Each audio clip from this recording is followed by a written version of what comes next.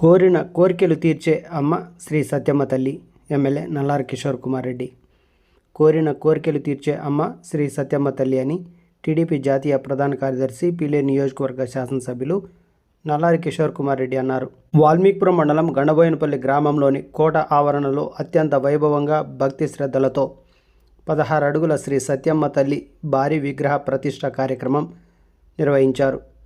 విగ్రహదాత ఆలయ కమిటీ ప్రధాన కార్యదర్శి, కలకడ డిప్యూటీ ఎంపీడీఓ చక్రపాణి కుటుంబ సభ్యులు మరియు ఆలయ కమిటీ చైర్మన్ పులి సత్యనారాయణ రెడ్డి ఆధ్వర్యంలో విగ్రహ ప్రతిష్ఠ కార్యక్రమాలు జరిగాయి.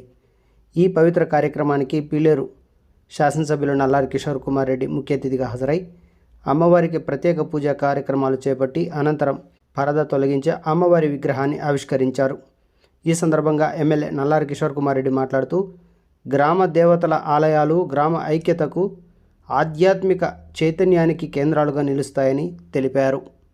భక్తుల కోరికలు నెరవేరాలని, గ్రామ ప్రజలు సుఖ సంతోషాలతో ఉండాలని శ్రీ సత్యమ్మ తల్లిని ప్రార్థించినట్లు పేర్కొన్నారు.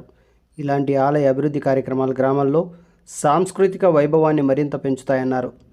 శ్రీ సత్యమ్మ తల్లి ఆలయ కమిటీ చైర్మన్ పులి సత్యనారాయణ రెడ్డి మాట్లాడుతూ, గ్రామ ప్రజల సహకారం, దాతల ఉదారతతో ఈ విగ్రహ ప్రతిష్ఠ కార్యక్రమం విజయవంతంగా పూర్తయిందని తెలిపారు. విగ్రహావిష్కరణకు విచ్చేసిన ఎమ్మెల్యే నల్లారి కిషోర్ కుమార్ రెడ్డికి ఆలయ కమిటీ చైర్మన్ పులి సత్యనారాయణ రెడ్డి, కమిటీ సభ్యుల ఆధ్వర్యంలో గజమాల వేసి శాల్వాలు కప్పి పూర్ణకుంభంతో ఘన స్వాగతం పలికారు. అనంతరం ఆలయంలో అర్చకులు అమ్మవారికి ప్రత్యేక పూజలు నిర్వహించి ఎమ్మెల్యే నల్లారి కిషోర్ కుమార్ రెడ్డిని ఆశీర్వదించారు. ఈ కార్యక్రమంలో మాజీ market committee chairman Khammam Niranjan Reddy, Valmikipuram market committee ప్రస్తుత చైర్మన్ కోసూరు చంద్రమౌళి, ఆలయ కమిటీ కార్యదర్శి సద్దల చక్రపాణి, సభ్యులు ప్రభాకర్ రెడ్డి, అమర్నాథ్ రెడ్డి, సర్పంచ్ గుర్రప్ప, తెలుగుదేశం పార్టీ మండల అధ్యక్షులు ఖమ్మం దామోదర్ రెడ్డి, మాజీ అధ్యక్షులు మల్లికార్జున రెడ్డి, టీడీపీ నాయకులు విఠలం శ్రీధర్ రెడ్డి, కోసూరు రమేష్, చింతపర్తి శేషాద్రి రెడ్డి, ఉపాధ్యాయుని కళ్యాణి, శంకర, కృపాల్, విగ్రహదాతలు, సద్దల కుటుంబ సభ్యులు, గ్రామ ప్రజలు, భక్తులు పెద్ద సంఖ్యలో పాల్గొన్నారు.